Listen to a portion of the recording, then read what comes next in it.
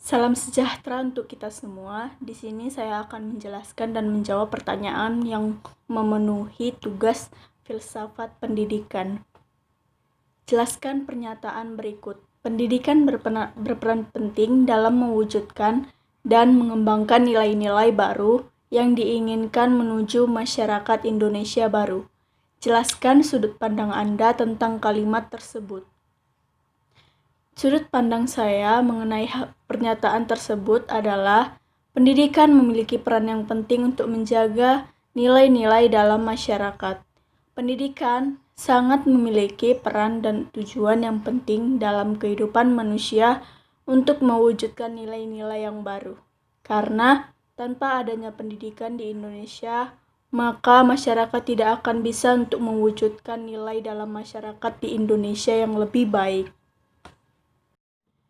Pertanyaan yang kedua yaitu Good dan Brophy tahun 1986 menyebutkan 8 profil guru yang diharapkan siswa, yaitu yang pertama, periang, yang kedua, suka berteman, yang ketiga, beremosi matang, yang keempat, jujur dan ikhlas, yang kelima, dapat dipercaya, yang keenam, sehat mental, yang ketujuh, dapat menyesuaikan diri, yang kedelapan, merupakan pribadi yang kuat, yang memiliki otoritas tapi tidak otoriter.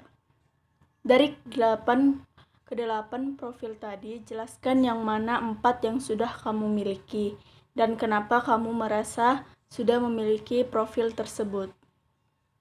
Dari 8 profil guru yang diharapkan siswa, 4 yang sudah saya miliki yaitu 1. Periang, 2.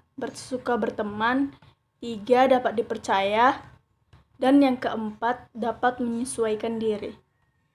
Alasannya, karena seorang pendidik hendaknya mempunyai perilaku atau sifat atau karakter yang baik agar mampu menjadi teladan atau contoh bagi peserta didik.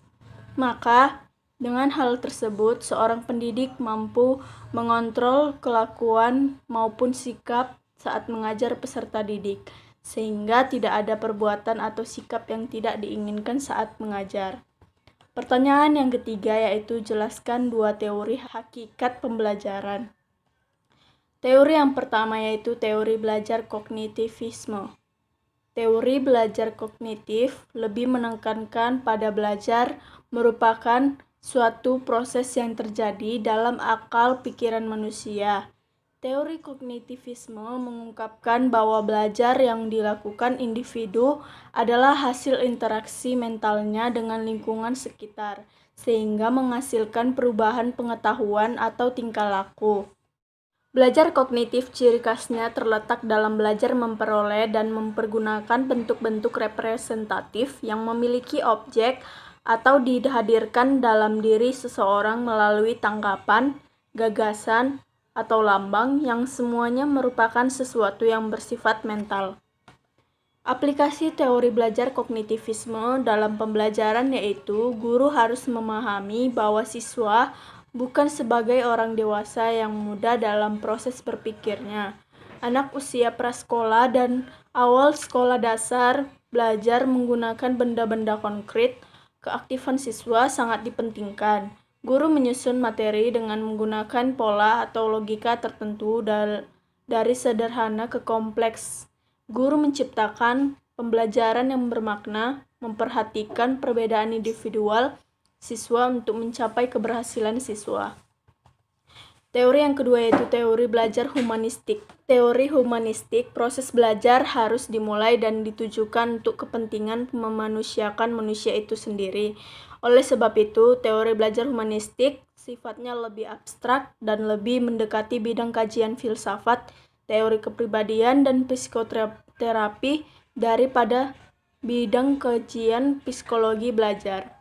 Teori humanistik sangat mementingkan isi yang dipelajari daripada proses belajar itu sendiri, serta lebih banyak berbicara tentang konsep-konsep pendidikan untuk membentuk manusia yang dicita-citakan, serta tentang proses belajar yang dalam bentuk yang paling ideal. Faktor motivasi dan pengalaman emosional sangat penting dalam peristiwa belajar, sebab tanpa motivasi dan keinginan dari pihak si belajar, maka tidak akan terjadi asimilasi pengetahuan baru ke dalam struktur kognitif yang telah dimilikinya. Teori humanistik berpendapat bahwa teori belajar apapun dapat dimanfaatkan, asal tujuannya untuk memanusiakan manusia, yaitu mencapai aktualisasi diri, pemahaman diri, serta realisasi diri orang yang belajar secara optimal. Pertanyaan yang keempat yaitu jelaskan hak dan kewajiban guru sebagai tenaga pendidik dalam lembaga pendidikan formal yang sudah dijamin dan diatur dalam Undang-Undang Dasar Nomor 14 Tahun 2005. Menurut Undang-Undang Dasar Nomor 14 Tahun 2005, guru memiliki hak sebagai berikut. Yang pertama, memperoleh penghasilan di atas kebutuhan hidup minimum dan jaminan kesejahteraan sosial. Yang kedua, mendapatkan promosi dan penghargaan sesuai dengan tugas dan prestasi kerja. Yang ketiga, memperoleh perlindungan dalam melaksanakan tugas dan hak atas kekayaan intelektual. Yang keempat, memperoleh kesempatan untuk meningkati kompetensi. Yang kelima, memperoleh dan memanfaatkan sarana dan prasarana pembelajaran untuk menunjang kelancaran tugas keprofesionalan. Yang keenam, memiliki kebebasan dalam memberikan penilaian dan ikut menentukan kelulusan, penghargaan, dan atau sanksi kepada peserta didik. Yang ketujuh, sesuai dengan kaidah pendidikan, kode etik guru, dan peraturan perundang-undangan. Yang kedelapan, memperoleh rasa aman dan jaminan keselamatan dalam melaksanakan tugas. Yang kesembilan, memiliki kebebasan untuk berserikat dalam berorganisasi profesi. Yang kesepuluh, memiliki kesempatan untuk berperan dalam penentuan kebijakan pendidikan. Yang kesebelas, memperoleh kesempatan untuk mengembangkan dan meningkatkan kualifikasi akademik dan kompetensi. Dan yang ke-12 yaitu memperoleh pelatihan dan pengembangan profesi dalam bidangnya. Dan yang kedua, menurut Undang-Undang Nomor 14 Tahun 2005, guru berkewajiban sebagai yang pertama merencanakan pembelajaran, melaksanakan proses pembelajaran yang bermutu, serta menilai dan mengevaluasi hasil pembelajaran. Yang kedua, meningkatkan dan mengembangkan kualifikasi akademik dan kompetensi secara berkelanjutan, sejalan dengan perkembangan ilmu pengetahuan, teknologi, dan seni. Yang ketiga, bertindak objektif dan tidak diskriminatif atas dasar pertimbangan jenis kelamin, agama, suku, ras, dan kondisi fisik tertentu atau latar. Atau latar belakang keluarga dan status sosial ekonomi peserta didik dalam pembelajaran. Yang kelima, mengunjungi tinggi peraturan perundang-undangan, hukum, dan kode etik guru, serta nilai-nilai agama dan etika. Dan yang keenam yaitu memelihara dan memupuk persatuan dan kesatuan bangsa. Sekian penjelasan dan jawaban dari saya. Sekian dan terima kasih banyak.